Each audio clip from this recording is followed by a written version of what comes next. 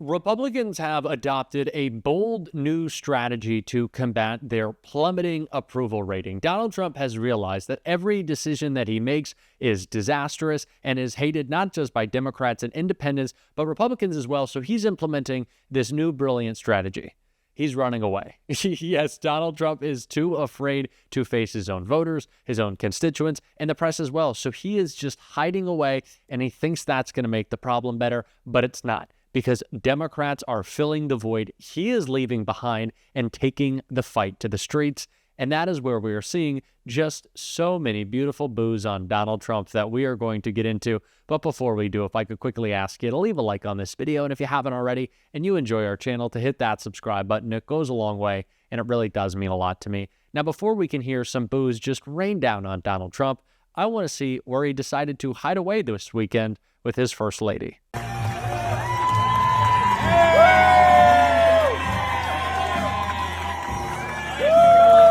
Oh, when I said First Lady, I hope you didn't think I meant Melania. Obviously, he's going to be with Elon Musk, doing like a little wave and like a, I don't know, whatever he was trying to do in the back there. But Donald Trump is in Bedminster, the guy who said that it should be illegal to work from home, that any federal employee, no matter what reason they would provide, medical or otherwise, to work from home, they should be fired if they want to. What is Donald Trump doing? Working from home. Not really working, I guess, tweeting and complaining and whining and destroying our democracy and government from home, and using our taxpayer dollars to do it. Millions and millions, tens of millions have been spent on his golfing trips, but sure, other people can't work from home. And it is reasons like this why we see the boos continue to rain down on Donald Trump. And the perfect example of that came at a rally last night where Bernie Sanders was firing up the crowd and directing some of that fire at Donald Trump. A message for Mr. Trump. And that is, we will not allow you to move this country into an oligarchy.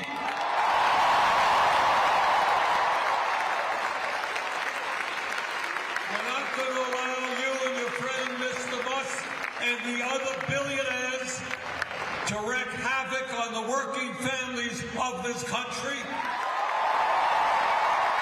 No, you're not going to destroy Social Security. You're not going to destroy Medicaid. You're not going to destroy the Veterans Administration.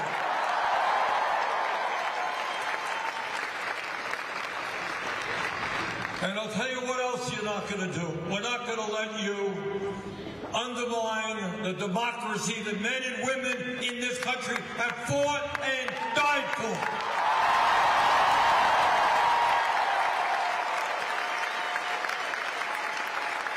And every single day, Trump and his friends are ignoring the Constitution of the United States of America. You know, when we were kids in elementary school, we read about American history and about how this government, our government was formed and the Constitution was written. I got news for you. Those guys way back in the 1790s were nobody's fools. They understood that in our Constitution and in our government, you have to have a separation of power so that no one person had it all. And then created an executive branch, a legislative branch, and a judiciary. And every day, Trump is trying to take power away from the Congress. He is trying to take power away from the judiciary. Unbelievably, when a court makes a decision, you can agree with it, you can disagree with it.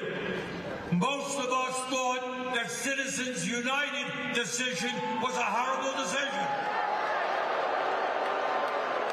Most of us thought that the decision to override Roe v. Wade was a terrible decision. But form of government, you don't impeach judges for writing a decision you disagree with. In our form of government, unless you are a coward, you don't sue the media because they report on things you don't like.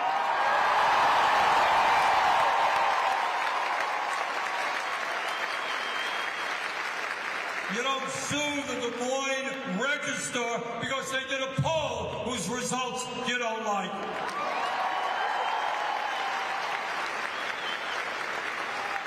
In the democratic society, we understand that criticism and debate is what makes this country great. That is the sound of people who are energized and people ready to be mobilized. There are so many fights that feel far off, down the road. The midterms feel like they are years away, but there are elections happening right around the corner. April 1st, a Supreme Court race that Donald Trump and Elon Musk are actively trying to buy in Wisconsin that we can fight back against. And of course, we have elections coming up in Virginia, in New Jersey. There are special elections in Florida, in New York, in Texas. We can bring the fight to Donald Trump and Elon Musk right now. We can mobilize and get after them. And of course, we can be out in the streets making our political power known. Obviously, Republicans can see that we have the political power because they're hiding away, as Chris Hayes went into more depth in this great reporting right here. Things like that are replicating themselves all over the country. Every day, Americans on the streets showing up in force at federal buildings and state capitals to protest Trump's lawless slashing of government services. People are gathering at Tesla dealerships to protest Trump's unelected co-president Elon Musk and his efforts to take your federal benefits. Most of all, regular citizens are confronting their members of Congress. Like in the state of Wyoming, a state that Trump won last year with nearly 3/4 of all the votes cast. But the state's sole member of Congress, Republican Harriet Hageman, faced an incredibly frustrated crowd.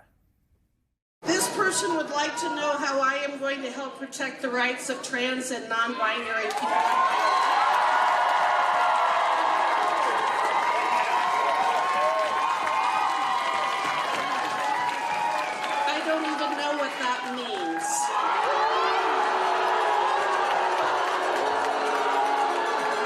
Yes, I know what Doge is doing, and no, I'm not scared. Next question. Right here. Here's the only thing that Doge has done, which is it's so bizarre to me how obsessed you are with federal government. But here's the thing.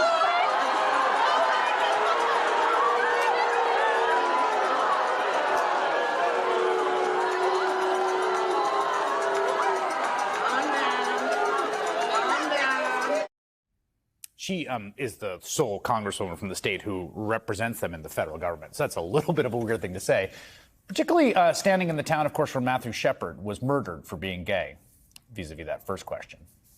Confrontations like that are why party leadership has told House Republicans to avoid town hall meetings with voters altogether, just ignore them. And as a result, activists in multiple states like North Carolina and Maine and Pennsylvania and Arkansas held town halls, invited their House and Senate Republicans who no-showed, but the town halls went on anyway. In central Pennsylvania, constituents of Republican Scott Perry blasted him for his absence, shared their own frustrations like this woman who says her son was fired unjustly from his federal job. For the Department of Education. He got axed. No. Opened up the computer, guess what? You're gone.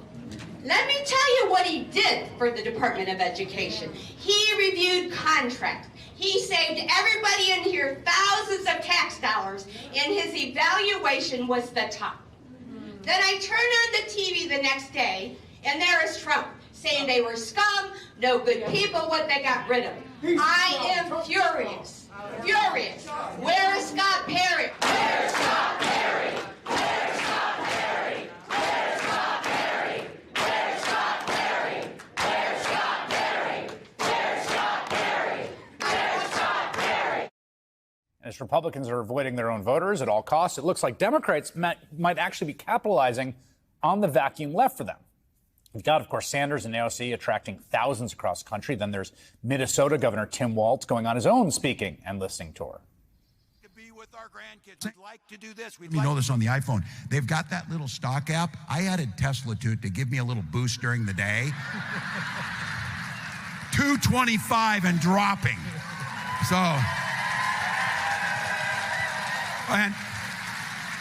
and if you own one, we're not blaming you. You can take dental floss and pull the Tesla thing off, and take out, just telling you. Democrats, too, are finding that when they show up for town halls, they're taking a punishing amount of rage from their constituents, too, for not doing enough. Much of that anger stems from the decision last week by Senate Democratic leader Chuck Schumer and 9 other Senate Democrats to pass Trump's funding bill and avert a government shutdown. Colorado Senator Michael Bennet was not one of them, and last night he suggested it might be time for new Democratic leadership. I do think on the leadership question, it's always better to, examine whether folks are in the right place, and we're certainly going to have that conversation. It's important for people to know, when it's time to go. There are a lot of people out there who are starving for real resistance, so much so that even the normally quite moderate, reserved Delaware Senator Chris Coons drew a line in the sand in his virtual town hall. Look, we need your voices. We need your engagement. We need your support. And bluntly, if President Trump takes the next step and just blatantly ignores the orders of the court, we're going to need folks to come out to the streets. It's impossible to deny what millions upon millions of Americans are on right now, right? A hardened opposition against the Trump takeover unfurling day by day. And for all the feelings you may have gone through in recent weeks, there's no real resistance to Trump. There's no real hope. The vibes are shifting. They really are. People are speaking up and standing up. You are not alone. There's a movement afoot to save democracy, and it is rapidly gaining steam. They are running, they are hiding, they are afraid. And they should be, because our movement has the power right now. Our movement has the strength in numbers. Our movement is real, and we are getting it together. Democrats, let's be real. First month and a half, even up to maybe Chuck Schumer's decision that he was just going to bend the knee to Donald Trump. Our elected Dems, they didn't have it together. Leadership, I wouldn't even say they necessarily still do right now.